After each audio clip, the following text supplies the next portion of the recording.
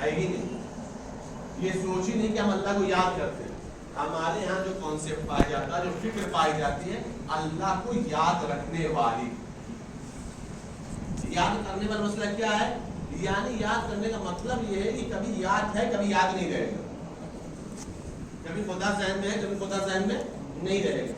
لیکن یاد رکھنے کا کانسیپٹ کیا ہے؟ ہمارے ہر عمل میں خدا ہوگا, ہر عمل میں خدا ہوگا. ہم نہ خدا سے جدا ہوں گے نہ خدا ہم سے جدا ہوگا. ہمارے یہاں اگر یہ فکر ہے اور ہمیشہ رہے تو یقین رکھیں ہم لوگوں کی زندگی میں صرف نیکیاں پائی جائیں گی, حسنات پائے جائیں گے, اچھائیاں پائی جائیں گی, بدی گناہ برائیاں نہیں پائی جائیں گی. انسان گناہ کیوں کرتا ہے؟ انسان گناہ کرتا ہی اس لیے ہے کہ پھر اس کے دماغ سے خدا نکل جاتا ہے, تصور خدا نہیں پایا جاتا. میں نے غالباً ابھی جلدی کسی خطبہ جمعہ میں بھی عرض کیا تھا, حدیث مولا امیر حضرت علی نبی صلی اللہ علیہ وسلم کی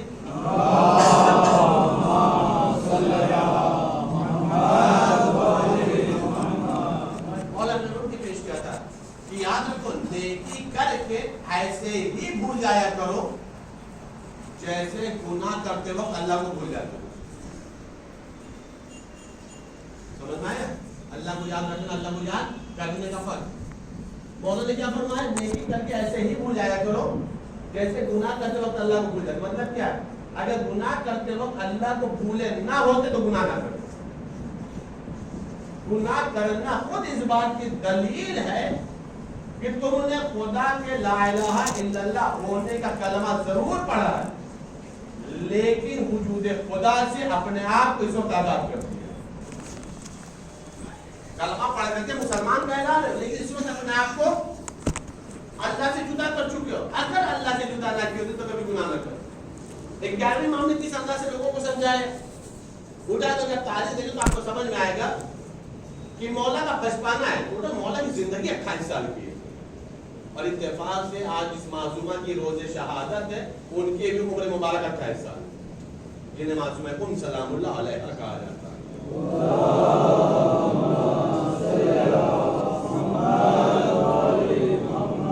اور کرے گا مولا کی ٹوٹل زندگی 28 سال کی, لیکن 28 سال میں ظاہر سی بات ہے بہت سارے نشیب و فراز آئے, بہت سارے اتار چڑھاؤ آئے, زندگی کے اندر بہت سارے ظلم و تشدد کا سامنا کیا.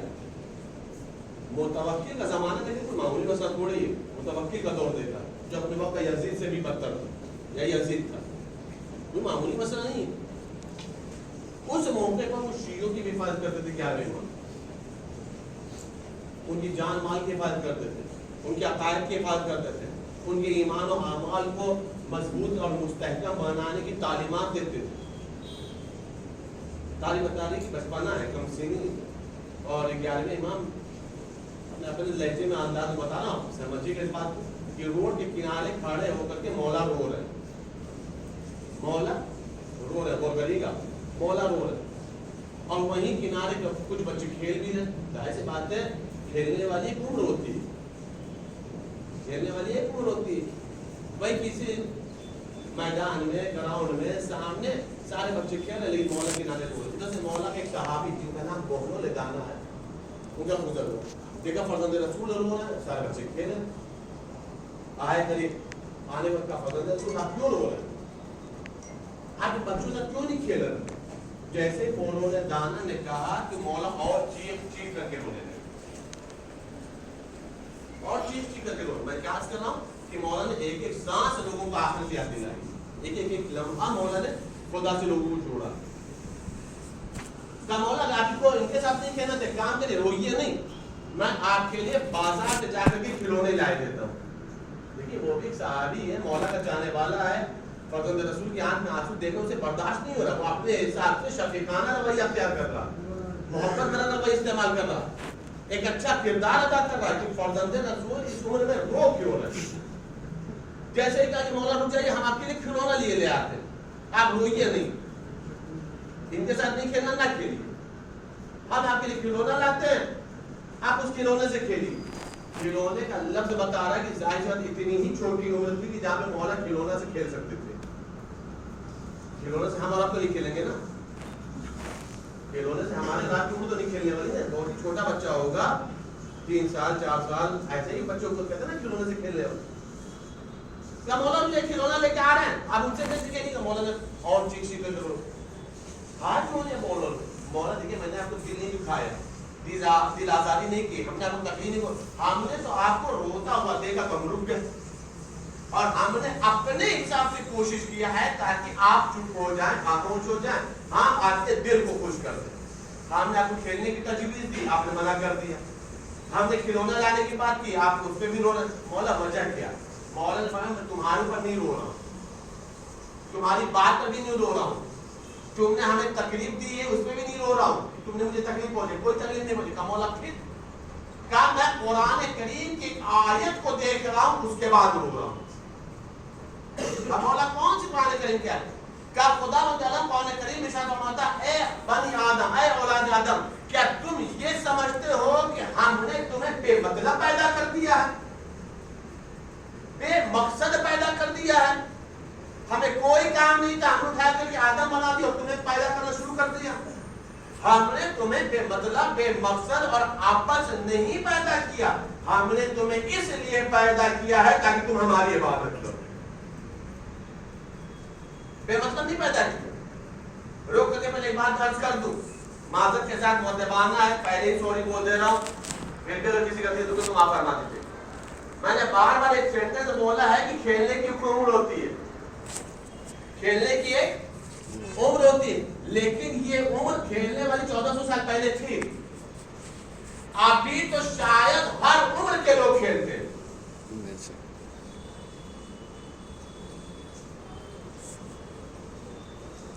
ہے نہیں، ابھی تو شاید ہر عمر کے لوگ کھیلتے ہیں. بس فرق یہ ہے کہ چھوٹے بچے گراؤنڈ میں کھیلتے ہیں، بڑے لوگ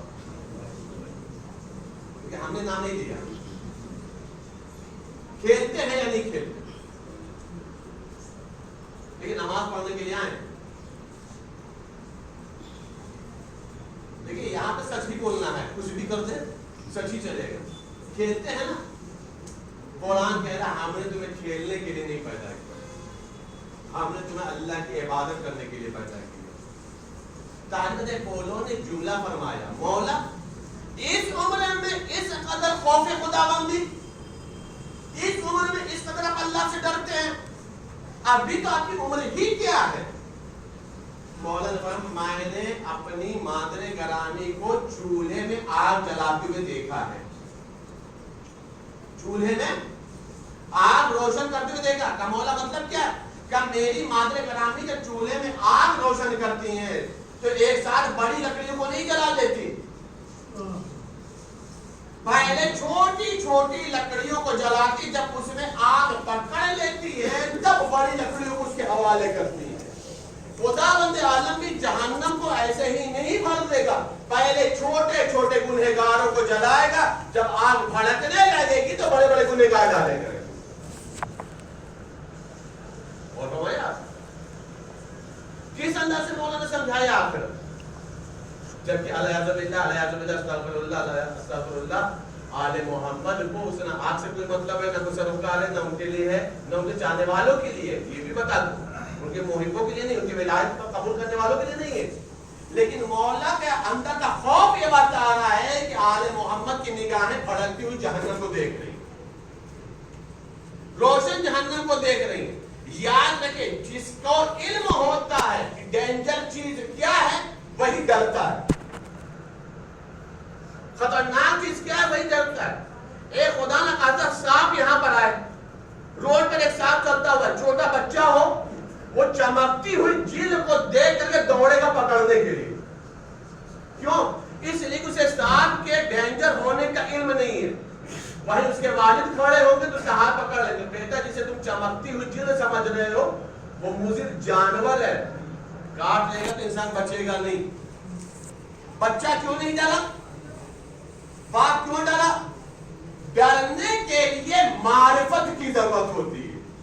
جتنا ڈر پیدا کرنا ہے اتنا ہی معرفت پروردگار پیدا کرنا ضروری ہوتا ہے. ایک صلوات پڑھ دیں محمد و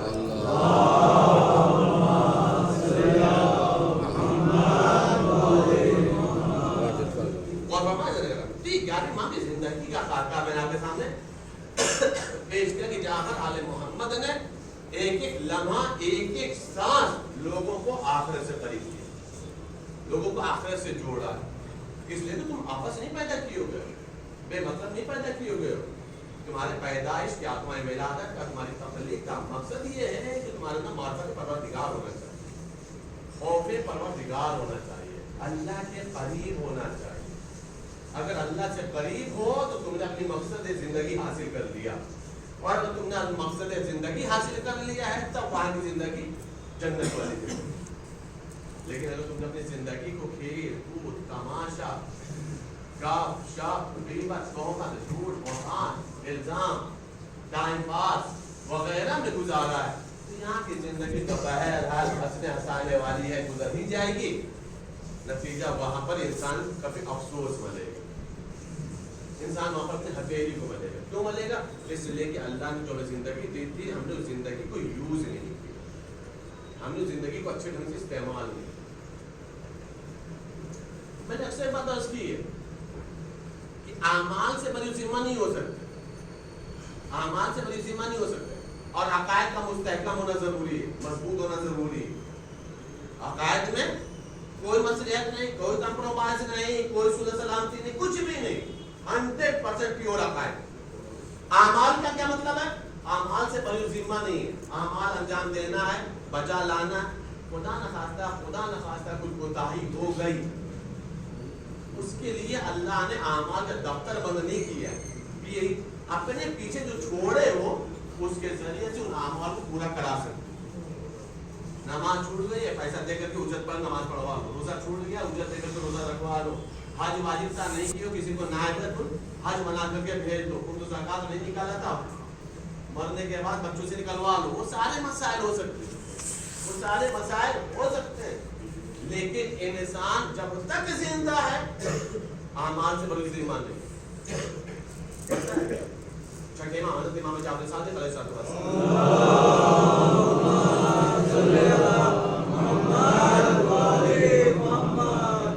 چھٹے امام نے اعمال میں کتنی سختی کی, چھٹے امام فرماتے ہیں ہماری شفاعت اسے نصیب ہی نہیں ہوگی جو نماز کو ہلکا سمجھتا ہو. نماز کو ہلکا سمجھ, بے نمازی کی بات نہیں ہوئی ہے, تارک الصلاۃ کی بات نہیں ہوئی ہے, نماز نہ پڑھنے والے کی بات نہیں ہوئی. نماز پڑھتا ہے لیکن نماز کے برابر میں کسی کام کو اہمیت دیتا ہے اور نماز کو سیکنڈ نمبر پہ رکھتا ہے. پہلے یہ کام کر لیکن نماز پڑھ لیں. اسکول سے آئے تھک گئے, کالج سے آئے پہلے تھک گئے, پہلے کھانا کھا لیں پھر نماز پڑھ لیں. یہی ہوا نا مطلب. آسان باتیں عرض کر رہا ہوں. کیا مطلب ہوا؟ کھانے کو مقدم کیا, نماز کو ہلکا سمجھا. چھٹے امام کیا فرما رہے ہیں؟ جو نماز کو ہلکا سمجھے گا اسے ہماری شفاعت نہیں ملنے والی. سوچئے جہاں پر ہلکا سمجھنے پر انسان کو شفاعت نہیں ملے گی, وہاں پر اگر انسان جان بوجھ کے واجبات چھوڑتا ہو, جان بوجھ کر کے حرام کو کرتا ہو, تو پھر وہ شفاعت کیسے کرے گا؟ پتہ ہے معصومہ کن سلام اللہ علیہ کے لیے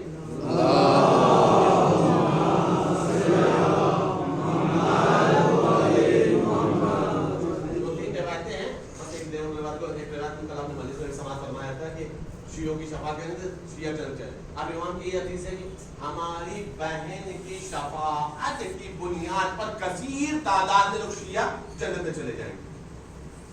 ہماری بہن معصومہ کی شفاعت کی بنیاد پر کثیر تعداد میں لوگ جنت میں چلے گئے. بات سمجھ میں آ گئی؟ سوال یہ ہے کہ شفاعت بی کریں گی, سمجھیے گا, نہ سمجھ میں نماز کا پوچھ لیے گا. بی شفاعت کریں گی. سوال یہ ہے کہ جب شفاعت کرنا ہے بیوی کو اور ان کی شفاعت کی بنیاد پر ہمیں جنت میں جانا ہے, بیوی کے سفارش کی بنیاد پر ہمیں جنت میں جانا, شہزادی کی سفارش کی بنیاد پر جنت میں جانا. سوال یہ ہے کہ پہلے ہم اس لائق ہوں گے نا کہ بیوی کے قریب پہنچ پائیں. دنیا کا ایک دستور ہے بھائی, بڑے بڑے لوگوں سے ہمارے تعلقات ہوں, آپ کے تعلقات ہوں, پتا ہو کہ ایک فون کر دیں گے کام ہو جائے گا, آپ ایک فون کر دیں گے ہمارا ایک کام ہو جائے گا. آپ نے فون کر دیا مولانا کا یہ کام ہے بھیا کام کروا دینا, ٹھیک ہے ہو جائے گا بھائی. 3 دن بعد ہماری ابھی ملاقات ہوئی, آپ نے پوچھا مولانا کیا ہم نے کہا نہیں، ارے ہم نے تو اس کو فون کیا تھا، کیوں نہیں ہوا؟ کہا ڈیوٹی ملاتے ہیں فون، دوبارہ اس نے فون ملایا، پھر اگلے مومن کہا مولانا کو تم نے کام نہیں کیا، کہا تمہارے فون سے کام تھوڑی ہوگا، مولانا اپنا ڈاکومنٹ لے کے آئے تب نہ کام ہوگا، مولانا آفس میں آئے تب نہ کام ہوگا، مولانا ملاقات کریں گے تب نہ کام ہوگا۔ مطلب کیا ہے؟ کام کرنے کے لیے صرف اور صرف زبان والا مسئلہ نہیں چلے گا، جانا پڑے گا، ڈاکومنٹ لے کے آنا پڑے گا، بیوی سفارش کریں گی لیکن امان نامہ تو لے کے جانا پڑے گا، اپنے آپ کو روبرو تو کرنا پڑے گا، اپنے آپ کو بیوی کے سامنے پہنچانا تو پڑے گا۔ یاد رکھیے بیوی کے سامنے پہنچنے کے لیے کم سے کم عمل اتنا ضرور ہونا چاہیے کہ بھلے سفارش کی بنیاد پر جنت میں چلے جائیں لیکن جب بیوی کے سامنے کھڑے ہو تو شرمندگی نہ ہونے پائے، شرمندگی نہ ہونے پائے۔ شرمندگی سے بچنے کے لیے انسان کو اپنے اعمال مضبوط کرنے ضروری ہے۔ ایک صلوات پڑھیں پر محمد صلی اللہ محمد محمد بسم اللہ الرحمن الرحیم الذين آمنوا وتواصوا بالصبر اللهم صل على محمد وآل محمد اللهم صل على محمد وآل محمد اللهم صل على محمد وآل محمد آپ نماز جمعہ، آپ نماز عصر علی حسین بھائی کے گھر کے سامنے جینٹس کی مجلس ہے، اس کے بعد نیاز کا اہتمام ہے، آپ حضرات سے شرکت کی گزارش ہے۔ آنے والے سنڈے کو پنڈری میں المدی ٹرسٹ کی طرف سے مجلس ہے، المدی ٹرسٹ میں مجلس ہے جینٹس کی، اور اس کا نیاز کا اہتمام ہے، آپ حضرات سے شرکت کی گزارش ہے۔ ایک مسئلہ عرض کر دوں، پچھلے جمعے کے 3 مسائل بیان کیے تھے، صرف ایک مسئلہ عرض کرتے ہیں اور اس مسئلے کا بہت ہی زیادہ امپورٹنٹ معاملہ ہے، حالانکہ اس مسئلے پر ہزاروں مرتبہ خود میں نے بولا ہے، پتہ نہیں معاملہ کیوں نہیں سمجھ پا رہے یا سمجھا پا رہے ہم، اللہ عالم۔ ایک بنیادی مسئلہ ہے وضو کا صحیح ہونا، پورا مسئلہ نہیں بتا رہے، جلدی سے ایک مسئلہ بتا دیں تاکہ کم سے کم اس بنیاد پر وضو صحیح ہو جائے۔ وہ مستحب 5 سال اپنی جگہ پر پورے طریقے سے بات ہے، صرف سیدھا ایک مسئلہ بتا دیں۔ وضو اگر صحیح ہوگا تو نماز صحیح ہوگی نا، وضو ہی صحیح نہیں ہوگا تو نماز کیسے صحیح ہوگی؟ مسئلہ یہ ہے کہ وضو میں واجب ہے کہ چہرے کو دھویا جائے، کونی سے لے کے ہاتھ کو دھویا جائے، سمجھ میں آ رہی بات؟ 2 منٹ بتا دیں جلدی سے، ٹھیک ہے؟ چہرے کو دھویا جائے گا، کونی سے ہاتھ کو دھویا جائے۔ چہرہ کہاں سے کہاں تک دھونا ہے؟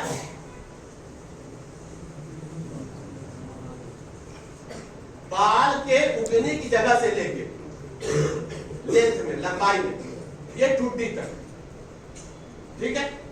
چوڑائی میں یہ انگوٹھے کے سرے سے لے کر کے بیچ والی انگلی سب سے بڑی ہوتی ہے، اس کے سرے کے ایریا میں جتنا آتا ہے وہ پورا چہرہ دھونا ہے۔ بات سمجھ میں آ گئی؟ احتیاط کے طور پر تھوڑا سا آگے ہاتھ پھیر لے تاکہ کوئی بھی حصہ بچا نہ رہے۔ مسئلہ یہ ہے کہ اگر ذرہ برابر بھی وضو کا وہ حصہ جو واجب ہے دھونا ذرہ برابر بھی بچ گیا، تر نہیں ہوا ہے، وضو باطل ہے، نماز صحیح۔ اب مسئلہ یہ آ رہا ہے کہ ہمیں سر کے بال سے لے کر کے، بال اگنے کی جگہ سے لے کر کے یہ ٹوٹی تک دھونا ہے، پانی کہاں پہ ڈالنا ہے؟ پانی بھی ہمیں یہیں پہ ڈالنا ہے۔ یہ تیری باری بس ہم نے اسی لیے بولا جلدی سے بتا دیں، پانی بھی اسی پلندی پہ ڈالنا ہے۔ اگر ہم نے پانی کو آئی برو پہ ڈال دیا، مثلا پیشانی کے نیچے حصے پہ ڈال دیا، یہاں پہ سے ڈال دیا، ایسے کھینچ لیا، سمجھ میں آ رہی بات؟ اب اس سے آسان پریکٹیکل نہیں ہوگا نا بھائی، ایسے ہم نے کھینچ لیا، ایسے یہاں پہ ڈال دیا۔ اب اس کے بعد یہ بھیگے ہوئے ہاتھ سے ہم نے ادھر بھی گھما لیا، ادھر بھی گھما لیا، کیا وضو صحیح ہے؟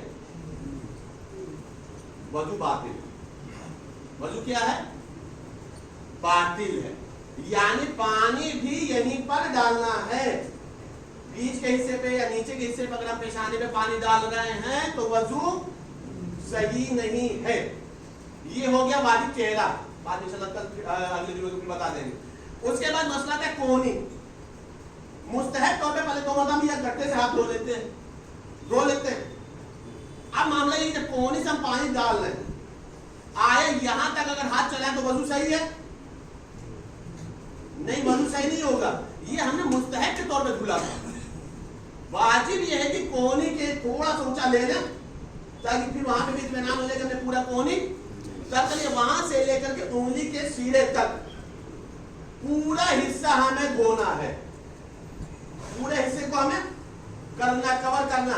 اگر ہم صرف گٹے تک رہ جا رہے ہیں یا پھر یہ کونی کا حصہ آگے یا پیچھے بنا کیا پہ کوئی بھی حصہ ذرا سا بھی رہ جا رہا ہے تو ایسی حالت میں وضو صحیح نہیں ہے. بسم اللہ الرحمن الرحیم. الحمدللہ رب العالمین والصلاۃ والسلام علی اشرف الانبیاء والمرسلین سیدنا و نبینا مولانا ابی القاسم محمد.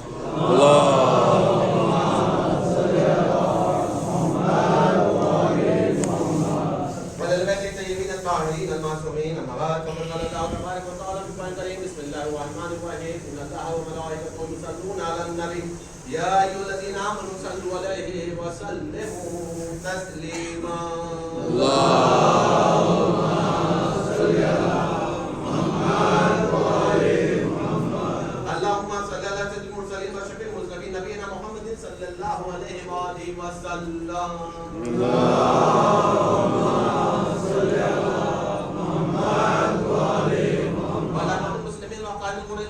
امیر المومنین علی بن ابی طالب.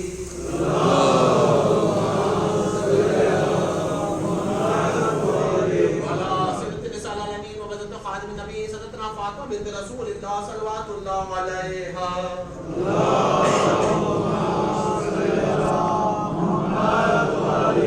وعلى الحسن المجتبى والحسين الشهيد بكربلاء.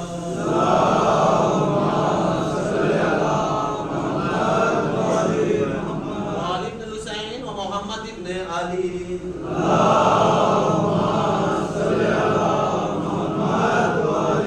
جعفر ابن محمد و موسی ابن جعفر.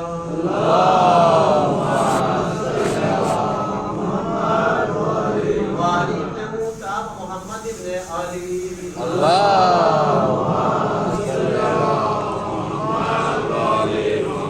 وعلی ابن محمد الحسن ابن علی علیہ الصلوۃ والسلام.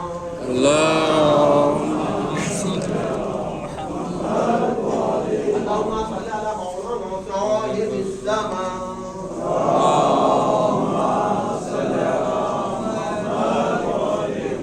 اللهم تقبل منا انك انت السميع بحق محمد وعلى اله وصحبه.